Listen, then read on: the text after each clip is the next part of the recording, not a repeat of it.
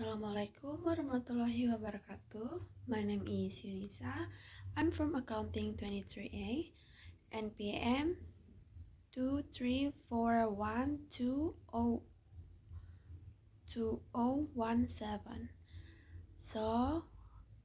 Di sini saya akan menjelaskan tentang apa itu financial plan dan unit economics. Jadi, financial plan dan unit economics adalah dua hal yang sangat penting dalam sebuah bisnis, terutama bagi usaha baru, startup maupun UMKM. Kedua konsep ini membantu pemilik usaha untuk memahami kondisi keuangan bisnis, apakah bisnis tersebut layak dijalankan, dan apakah bisnis bisa menghasilkan keuntungan dalam jangka panjang. Financial plan membahas gambaran keuangan bisnis secara keseluruhan, seperti pendapatan, biaya, laba, dan arus kas. Sedangkan unit economics membahas keuntungan dan biaya dari satu unit produk atau satu pelanggan. Dengan memahami keduanya, pelaku usaha dapat mengambil keputusan yang lebih tepat dan teratur. Selanjutnya ada pengertian financial plan. Financial plan atau rencana keuangan adalah dokumentasi yang berisi perencanaan dan proyeksi keuangan bisnis dalam periode tertentu, biasanya bulanan atau tahunan. Financial plan digunakan untuk memperkirakan kondisi keuangan bisnis di masa depan.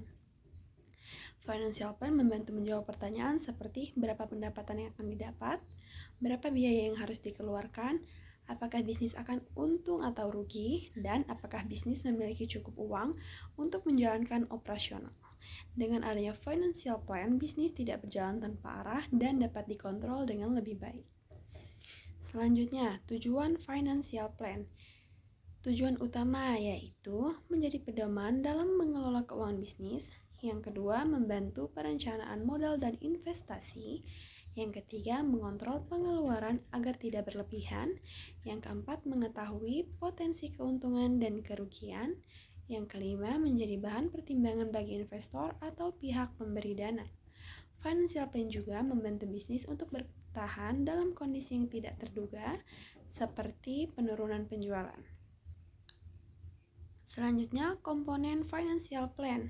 Yang pertama ada proyeksi pendapatan. Pendapatan adalah perkiraan jumlah uang yang akan diterima dari hasil penjualan produk atau jasa. Proyeksi ini dibuat berdasarkan harga jual dan produk yang diperkirakan terjual. Contoh sederhana, jika harga satu produk 50.000 dan target penjualan adalah 1.000 unit per bulan, maka pendapatan bulanan adalah 50 juta. Proyeksi pendapatan membantu bisnis menentukan target penjualan yang realistis. Selanjutnya, proyeksi biaya. Proyeksi biaya adalah perkiraan biaya yang harus dikeluarkan oleh bisnis. Biaya dibagi menjadi dua jenis. Yang pertama ada biaya tetap. Biaya tetap adalah biaya yang jumlahnya relatif sama setiap bulan. Contohnya penjualan naik meskipun penjualan naik atau turun. Contohnya sewa tempat, gaji karyawan, bayar internet, dan listrik. Yang kedua ada biaya variabel, yaitu biaya variabel adalah biaya yang merubah sesuai jumlah produksi atau penjualan. Contohnya bahan baku, kemasan produk, dan biaya pengiriman. Dengan memisahkan biaya tetap dan variabel, bisnis lebih mudah mengontrol pengeluaran. Selanjutnya, laporan laba rugi. Laporan laba rugi menunjukkan hasil akhir dari kegiatan bisnis, apakah mengambil keuntungan atau kerugian. Rumus sederhana, laba bersih sama dengan pendapatan dikurang total biaya. Jika pendapatan lebih besar dari biaya, maka bisnis memperoleh laba. Sebaliknya, jika biaya lebih besar, bisnis mengalami kerugian. Selanjutnya ada arus kas atau cash flow. Adalah arus kas aliran uang yang masuk dan keluar dalam bisnis. Arus kas sangat penting karena menunjukkan kemampuan bisnis untuk membayar kewajiban sehari-hari. Uang masuk atau cash in berasal dari penjualan atau investasi. Sedangkan uang keluar atau cash out berasal dari biaya operasional. Bisnis bisa terlihat untung di atas kertas, tetapi tetap bermasalah jika arus kas tidak lancar. Selanjutnya ada break-even point. Break-even point adalah titik di mana pendapatan sama dengan total biaya. Pada titik ini, bisnis tidak untung dan tidak rugi.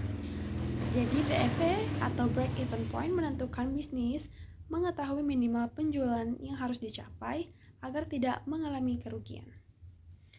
Selanjutnya adalah pengertian dari unit economics sendiri. Unit economics adalah perhitungan keuangan yang fokus pada satu unit produk atau satu pelanggan. Tujuan utama dari ini adalah untuk mengetahui apakah setiap produk yang dijual memberikan keuntungan. Jadi, unit economics menjawab pertanyaan penting seperti apakah setiap penjualan memberikan keuntungan bagi bisnis? Jika satu unit produk saja sudah merugikan, maka semakin banyak produk dijual justru akan memperbesar kerugian. Selanjutnya, komponen unit economics. Yang pertama ada biaya per unit, yaitu biaya per unit adalah total biaya yang dikeluarkan untuk menghasilkan satu produk, biasanya berupa biaya variabel seperti bahan baku dan kemasan. Yang kedua ada contribution margin, yaitu adalah selisih antara harga jual dengan biaya variabel per unit. Rumus, contribution margin sama dengan harga jual dikurang biaya variabel. Contribution margin menunjukkan seberapa besar kontribusi satu produk untuk menutup biaya tetap dan menghasilkan laba. Selanjutnya, Customer Acquisition Cost atau CAC adalah biaya yang dikeluarkan untuk mendapatkan satu pelanggan baru. Contohnya ada dari iklan, promosi, dan diskon. Jadi rumusnya sendiri itu adalah Customer Acquisition Cost sama dengan total biaya pemasaran dibagi jumlah pelanggan baru. Selanjutnya ada Customer Lifetime Value. Customer lifetime value adalah total keuntungan yang diperoleh dari satu pelanggan selama pelanggan tersebut membeli produk. Rumus sederhananya adalah rata-rata keuntungan per transaksi dikali frekuensi pembelian. Selanjutnya, hubungan LTV dan CAC. Dalam bisnis yang sehat, nilai LTV harus lebih besar daripada CAC. Jika biaya mendapatkan pelanggan lebih besar dari keuntungan yang dihasilkan, maka bisnis akan mengalami kerugian. Idealnya, rasio LTV dibanding CAC adalah minimal 3:1. Selanjutnya adalah ada contoh sederhana dari unit economics, yaitu harga jual produk. Misalnya 50.000 adalah biaya variabel. Harga produk 50.000 dan biaya variabel 30.000. Keuntungan per unitnya adalah 50.000 dikurang 30.000 sama dengan Rp20.000.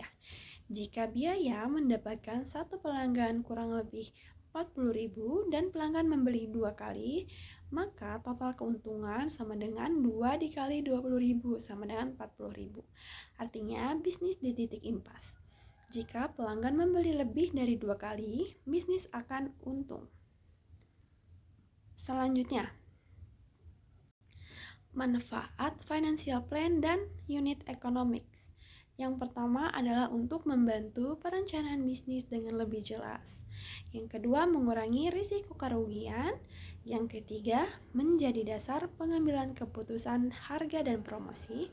Dan yang terakhir adalah menunjukkan kesiapan bisnis di hadapan investor. Selanjutnya ada financial plan dan unit economics adalah dasar penting dalam menjalankan bisnis. Financial plan membantu untuk melihat gambaran kondisi keuangan, sedangkan unit economics memastikan setiap produk atau pelanggan memberikan keuntungan. Dengan memahami konsep ini, bisnis dapat berkembang secara sehat dan berkelanjutan. Selanjutnya, ada